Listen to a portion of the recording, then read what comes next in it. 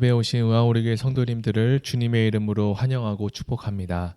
먼저 사도신경하심으로 4월 6일 새벽 예배를 시작하겠습니다.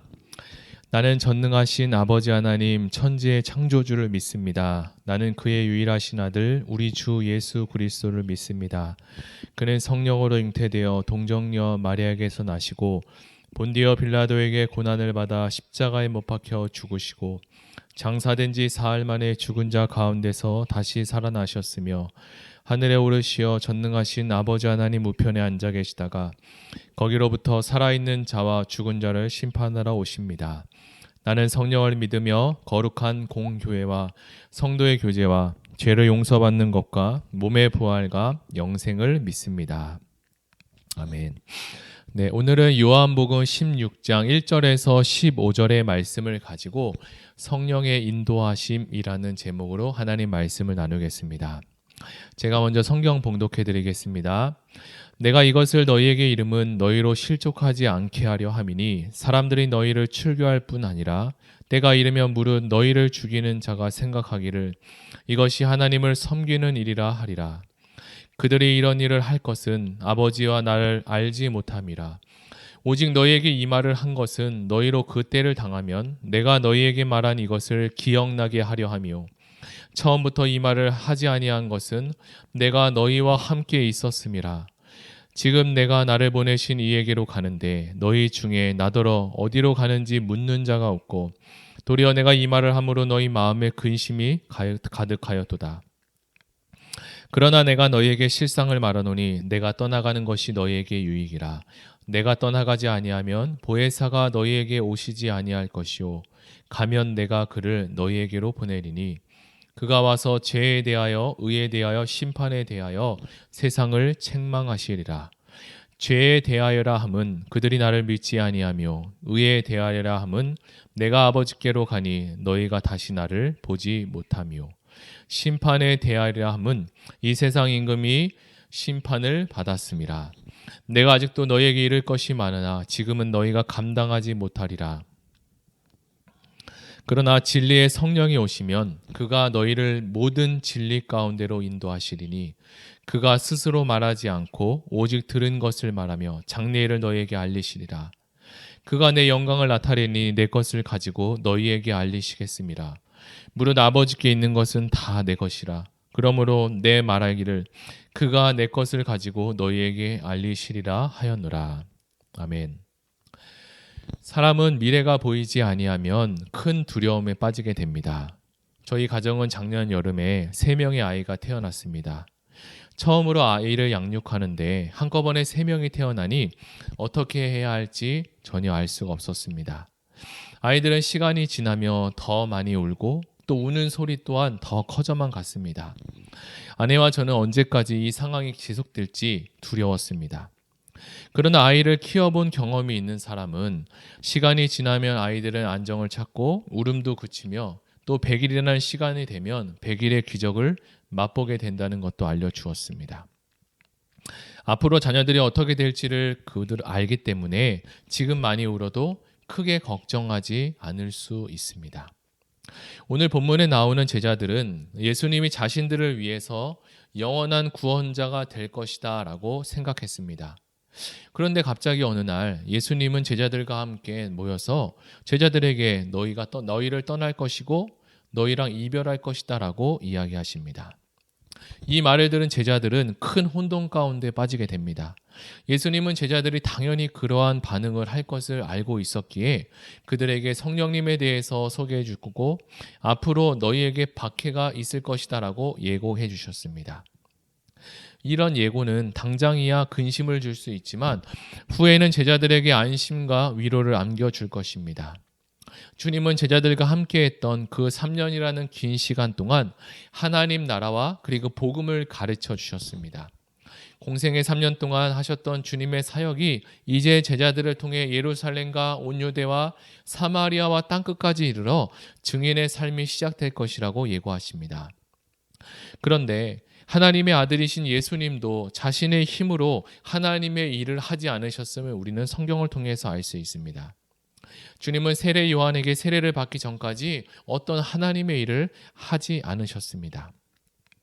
예수께서 요단강에서 세례를 받을 때 비둘기같이 성령이 내려오시고 하나님의 음성이 들렸습니다. 이는 내 사랑하는 아들이라 라고 선포된 후에 주님의 사역이 성령과 함께 시작되었던 것입니다.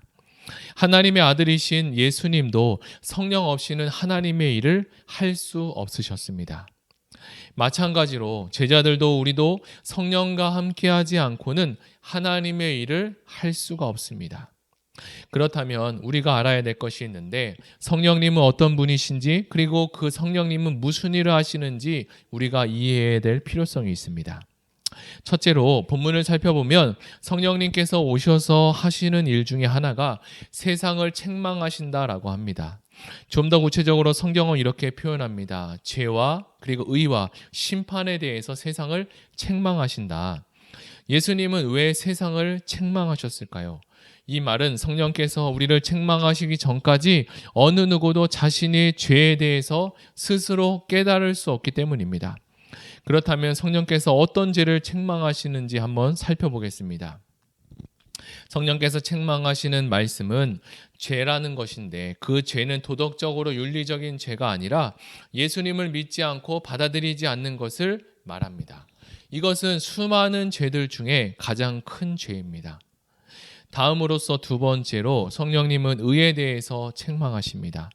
죄로부터 파생된 가난, 저주, 질병, 두려움 등 인생의 여러 문제 앞에 사람들은 나름의 방식을 써가면서 이 문제들을 해결하려고 합니다.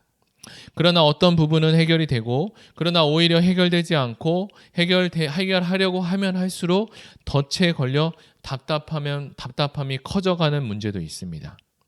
이러한 죄를 해결할 수 있는 유일한 방법이 있는데 그것은 바로 구원의 길을 열어주신 예수님을 믿고 그분께 나아가는 것입니다. 예수께로 나아가는 길만이 유일한 의의 길이 됩니다. 그럼에도 불구하고 사람들은 이 좋은 길을 안내해주고 알려주어도 다른 길을 향해 가는 사람들이 있습니다. 성경은 이런 사람들을 향해서 존귀에 처하나 깨닫지 못하는 자는 멸망하는 짐승 같도다라고 표현합니다. 복음을 듣고 모두가 예수를 믿으면 너무나 좋겠지만 사람들의 자아, 고집은 쉽게 꺾이지 않습니다. 성령님은 그들을 향해서 죄에 대해서 의에 대해서 책망하십니다. 그러나 우리는 멸망을 향해 가는 사람들이 멸망의 길로 가지 못하도록 계속적으로 힘써서 복음을 전해야 합니다. 아직도 복음의 귀가 닫혀 예수님을 몰라 고통 가운데 살아가고 있는 사람들이 많이 있습니다. 이분들에게도 복음의 소리가 들려져야 합니다. 그렇다면 성경은 죄에 대해서, 의에 대해서, 심판에 대해서 성령님께서 왜 이야기하는 것일까요? 그것은 바로 우리 모두가 하나님 안에서 복음을 듣고 구원을 얻으라는 하나님의 간절한 메시지이며 부탁입니다. 우리는 죄에 대한 책망이 먼저 일어나지 않으면 예수의 의가 필요한 것임을 알지 못합니다. 복음을 모르고 예수님을 모르면 죄를 짓고도 이것이 얼마나 잘못된 것인지 큰 죄인지 깨닫지 못하고 나는 그래도 괜찮은 사람이야. 이 정도면 그래도 훌륭하지라고 생각하며 살아갑니다. 그러나 복음을 듣고 자신의 죄를 정확히 보게 되면 성령의 책망을 진지하게 받아들여 온전한 회개로 나아갈 길이 열립니다. 그리고 예수를 믿어 회개하고 제사함 받아 새로운 피조물이 되어 새로운 삶을 살아가게 됩니다. 이제 두 번째 역할인 성령님은 우리를 진리 가운데로 인도하신다라고 성경은 말합니다. 여기서 말하는 진리는 우리가 알고 있는 세상이 말하는 이치 정도의 수준이 아닙니다. 여기서 말하는 진리는 구원의 길이고 바로 생명의 길입니다. 즉 진리라는 것은 예수 그리스도를 알고 있는 것 그리고 믿는 것 예수 그리스도만이 참 진리이십니다. 그래서 성경은 예수께서 내가 곧 길이요 진리요 생명이다라고 가르쳐 주셨습니다. 성령님은 우리를 말씀 앞으로 그리고 예수께로 인도하시는 좋으신 하나님이십니다. 우리를 구원할 뿐만 아니라 이어서 앞으로도 이 땅에 살아가면서 하나님 말씀으로 살아갈 수 있도록 인도하시고 이끌어 주시는 분이 바로 성령 하나님입니다. 성령께서 함께 하시는 현장에서 늘 하나님이 높임을 받으시고 영광을 받으십니다. 성령님은 우리가 예수를 믿고 하나님을 경배하며 영광 돌리며 살 수 있도록, 그리고 살도록 인도하시기 때문입니다. 예수님은 제자들에게 이렇게 좋으신 성령님을 소개해 주셨습니다. 그리고 제자들에게 말씀하십니다. 내가 떠나가는 것이 너희에게 유익이다. 우리는 예수를 믿어 이제 성령과 함께 거룩한 길로 인도함을 받게 되었습니다. 이제 우리는 성령님의 세미한 음성을 귀 기울이고 그분과 동행하며 성령이 말씀하시고 알려주시는 그 진리 가운데 인도함을 받아야 합니다. 셋째로, 성령은 예수의 증인의 삶을 살 수 있게 합니다.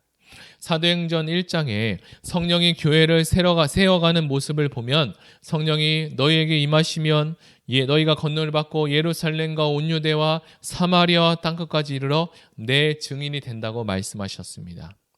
성령이 임하시면 예수 복음을 전하는 증인의 삶을 살게 되는데, 이것은 누가 억지로 해서 억지로 시켜서 되는 것이 아니라 너무나 자연스럽게 구령의 열정을 우리에게 주셔서 믿지 않은 영혼들에게 복음을 전하게 하시고, 그리고 복음을 듣고 하나님께로 나올 수 있도록 인도하시는 분이 바로 성령 하나님입니다. 이제 예수님이 십자가에 달려 돌아가신 후 하늘에 올라가시며 성령께서 오셔서 제자들과 함께 하나님 나라와 복음을 전하는 일을 하게 됩니다. 이 일은 제자들만의 일이 아니라 구원받은 우리 모두에게 일어날 일이라고 말씀하시죠. 자, 이제 말씀을 한번 정리해 보겠습니다. 우리는 복음을 받아들임으로 하나님의 자녀가 되었습니다. 이제 우리는 성령의 음성을 따라 순종하며 살아가는 자가 되어야 합니다.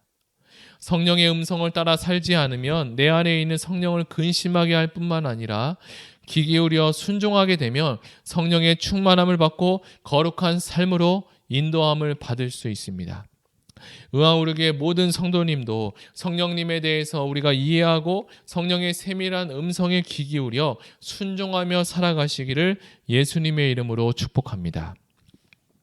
이 시간 다 같이 들은 말씀을 생각하며 같이 기도하시겠습니다. 이 시간에 기도할 때 성령님에 대해서 알게 하시고 성령님의 인도함을 받을 수 있게 해달라고 다 같이 기도하시겠습니다. 사랑의 하나님 감사합니다. 요한복음 16장 말씀을 통해서 오늘 특별히 우리가 알고 있는 성령에 대해서, 성령님에 대해서 배우게 됐습니다. 성령님은 우리의 눈에 보이지 않지만 지금도 살아계셔서 역사하시고, 예수께서 십자가에 달려 돌아가시고 부활하신 이후에 하늘나라로 승천하신 이후에 그때 보혜사 성령으로 우리에게 오셔서 우리를 보호하시고 인도하시고 상담해 주시고 옆에서 이끌어 주시는 인도자가 되어 주셨습니다.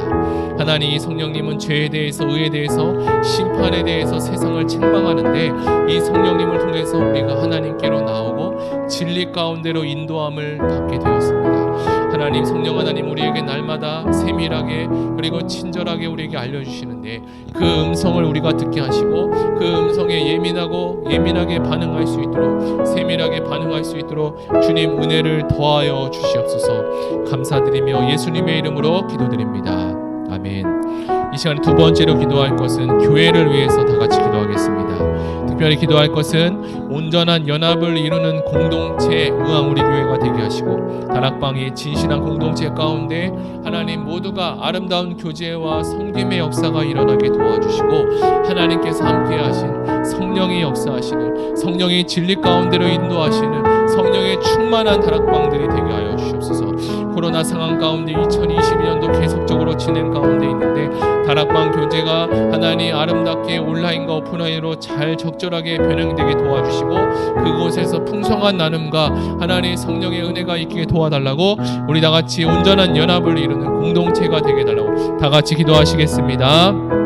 하나님 아버지 감사합니다. 두 번째 기도할 것은 교회를 위해서 기도합니다. 특별히 온전한 연합을 이루는 공동체가 되게 하시고 다락방의 진실한 관계 공동체를 형성하게 도와셔 어느 관계보다 더 진실하고 더 겸손한 공동체가 되게 하여 주시옵소서. 다락방 다락방에서 나눔을 하고 인생의 기도와 하나님 삶의 문제들을 나눌 때마다 하나님 더욱더 풍성한 나눔들이 일어나게 도와주시고, 나누고 서로 기도하고 중보할 때마다 하나님 응답의 역사가 주님 일어나게 도와주셔서 우리의 신앙과 믿음이, 그리고 하나님을 신뢰하고 인도하심을 받는 일들이 더욱더 풍성하게 주님 일어나게 도와주시옵소서. 코로나 상황 가운데 시작된 다락방이 하나님의 은혜로 충만해지게 도와주시고, 다락방별 교제가 온라인과 오프라인을 통해 적절하게 병행하여 풍성하게 진행될 수 있도록 하여 주시옵소서. 그 안에서 은혜의 통로가 되게 하여 주시옵소서. 감사드리며 예수님의 이름으로 기도드립니다. 아멘. 우리 이 시간에 마지막으로 기도할 것은 가지고 오신 개인 기도 제목과 그리고 나라와 민족을 위해서 다 같이 기도하시겠습니다.